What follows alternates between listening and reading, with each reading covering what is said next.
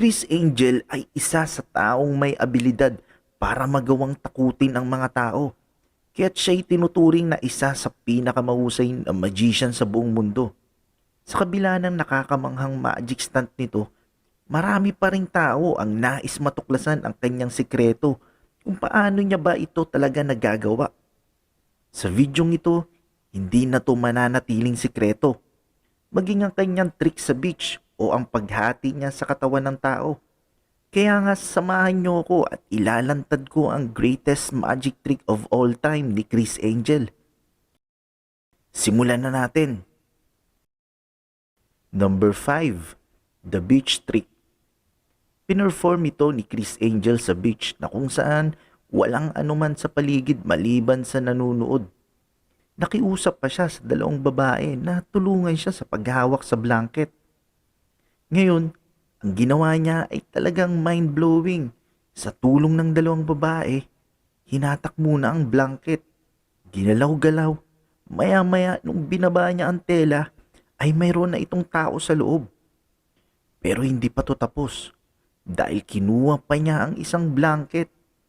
Hinatak ulit ito at mayroon na namang tao sa loob. At si Chris ay mabilis na tumakbo papalayo. Ngayon, ang lahat ay nagulat dahil siya ay lumabas sa loob ng pangalawang tela. So paano niya to nagawa? Well, ito ang sikreto. Siguro ang iba sa inyo iniisip na may trapdoor sa ilalim ng buhangin. Pero since ito ay trick ng isang Chris Angel, hindi yun ang sikreto na madaling matuklasan. Kaya't medyo kakaiba ito. Maaari nating ipagpalagay na ang dalawang blanket ay talagang kasama sa trick or otherwise, sinong nagdala ng blanket sa beach? So ganito niya pinerform ang trick na ito. Sa simula, makikita mo ang beach background. Pero nung simula nung hatake ng blanket, ang camera ay nag-iba ng posisyon pababa na kung saan hindi makikita kung ano ang nangyayari sa likod. Habang nangyayari ito, ang assistant niyang babae ay nagtatago sa bandang likuran. Mabilis itong tatakbo sa likod ni Chris at papasok sa loob ng blanket. Ngayon, alam mo na, nung habang ginagawang pagtakbo ng babae, ay natatakpan nito ng blanket. Ngayon, doon naman tayo sa trick ni Chris sa pangalawang tela. Paanong lumitaw siya sa loob nito? Well, sobrang obvious na yung lalaking tumakbo papalayo ay hindi si Chris Angel. Dahil itong lalaki ay isa rin sa assistant na nagtatago din sa likuran katulad ng isang babae sa first part. At ito ay nakabihis na katulad sa suot ni Chris. Nung itinaas na ang pangalawang blanket, during this very moment, palihim niya itong pinalitan. Kaya't si Chris ay napunta sa loob ng blanket. Ang pagpapalit nila ay hindi kita sa audience. Matapos ang pagpapalit, makikita mo ang lalaking nakadilaw na nakayuko at never pinakitang muka dahil iniiwasan nito na mahagip siya ng kamera at mabilis na tumakbo papalayo. Finally, ang assistant na babae at si Chris ay lumabas sa loob ng dalawang blanket na nagpamangha sa lahat. Number 4. The Chain Trick. Sa trick na to, kinakailangan ni Chris ang isang kadena. Una, kailangan niya muna ipakita sa ilang tao na ito ay normal na kadena. Para masimulan nito, kinuha niyang muli ang kadena at iniikot ito sa kanyang leeg. Sinabihan niya ang dalawang lalaki na hatakin ang dulo ng kadena ng sabay na may puwersa. Pero ang lahat ay nasyak noong matapos itong hatakin ay lumusot lamang ito sa kanyang leeg. So, paano niya ito nagawa? Ngayon, dumako na tayo sa sikreto nito. Ito ay napakadaling trick lang na kahit sino ay kayang matutunan kung papraktisin lang ng paulit-ulit. Kasi hindi ito delikado. Kung sa tingin mo itong kadena ay may daya, nagkakamali ka dahil ito ay solid na kadena. Ang sikreto ay nandoon sa kung paano ito tinali sa leeg. Si Chris ay na-manage ng mabuti na mapaniwala ang lahat na tinali niya ang kadena sa kanyang leeg ng maayos na tipong walang paraan para makaalis dito. Mapapansin mo pa na medyo kinakabahan pa ang itsura niya. Ang kanyang mahabang buhok ay nakakatulong rin para masuportahan ang kanyang performance na napakahirap sa mga tao na makita kung ang kadena ba ay nakabilot ng maayos. Kaya ang sikreto dito ay yung paraan ng pagkabit dito sa leeg na tinatawag na false loop. Ganito ang itsura ng false loop kung paano ito ginawa.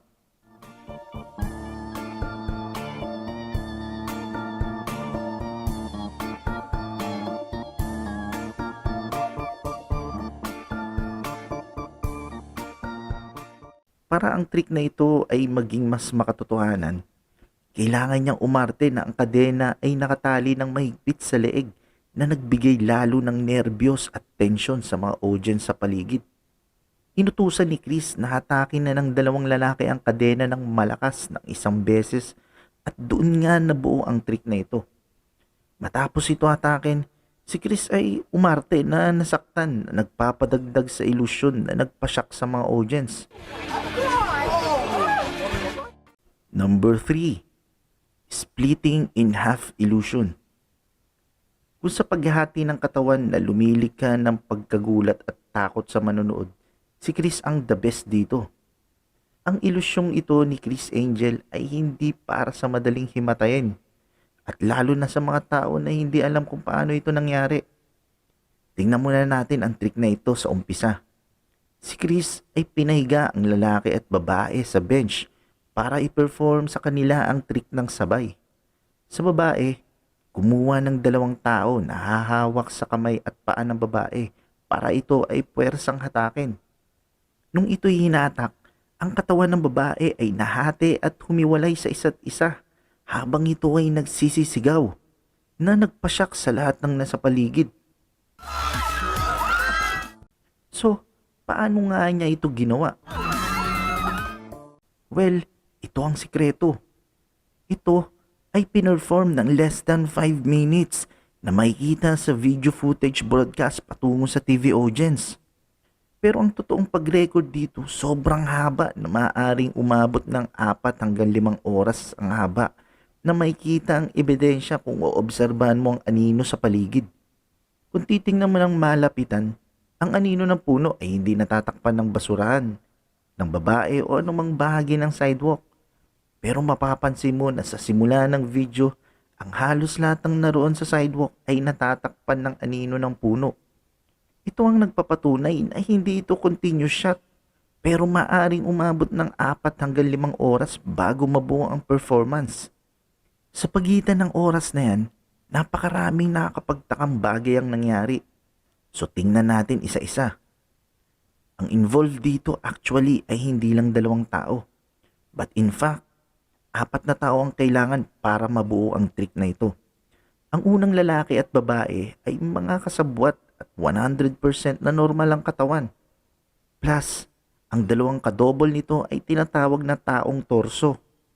Ang salitang torso ang tinatawag sa mga taong mayroong torso ngunit walang paa at binti na sanhi ng injury o sakit o maaring inborn. Siyempre, ang mga unang 2 gumanap at yung 2 torso ay dapat magkamuka. Kung mapapansin, ang audience ay nagtakbuhan nung nahati ang katawan ng babae. Pero sino lang ba ang umaarte dito? Alam nyo ba na ang lahat ay kasabwat at binayaran para umarte at maging parte ng trick na ito? Since ito ay perform ng sabay sa lalaki at babae, hayaan nyong ilantad ko ang sikreto dito na parehas lang na ginawa sa dalawa. Sa simula, ang babae ay naglakad papunta sa bench at pinahiga dito. Mapapansin na siya ay nananatiling nakahiga at never umupo. Ito ay para mahayaang makat ng maayos ang kamera at makapasok ang kadobol nito na torso. Para naman sa camera cut, sa moment ng switching, ang babae ay pinalitan off-screen ng babaeng torso at ng mechanical legs. Nagsimula ito noong ang kamera ay kinat at ang babaeng torso ay nakadikit sa mechanical legs. Ito ay nagsimulang maghiwalay noong hinawakan ni Chris ang pagitan nito. Ito ay para magmukhang si Chris talaga ang naghiwalay ng katawan nito at magmukhang makatotohanan sa mga tao. Mapapansin na mas payat ang legs nito after maghiwalay ang katawan. Ito ang gamit na mechanical leg ni Chris na ang paggalaw ng paa ay kontrolado ng isa sa mga assistant niya. Matapos ang paghiwalay ng katawan, ang babae ay nagsisigaw habang gumagapang para magmukha itong makatotohanan. Kahit nga kung ipopost ang video, makikita na ang torso na lalaki ay iba sa mukha ng orihinal. Kaya't kailangan niya magsuot ng sunglass para matakpan ito at hindi mahalata. At sa last part ay ididikit muli ito.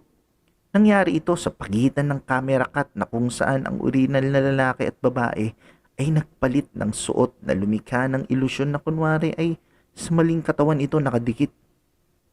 So tingin ko nakuha nyo naman ang eksplanasyon sa trick na ito. Hats off talaga kay Chris Angel na napaniwala ang marami sa nakakabaliw na ilusyon na ito. Number 2. Walking through glass.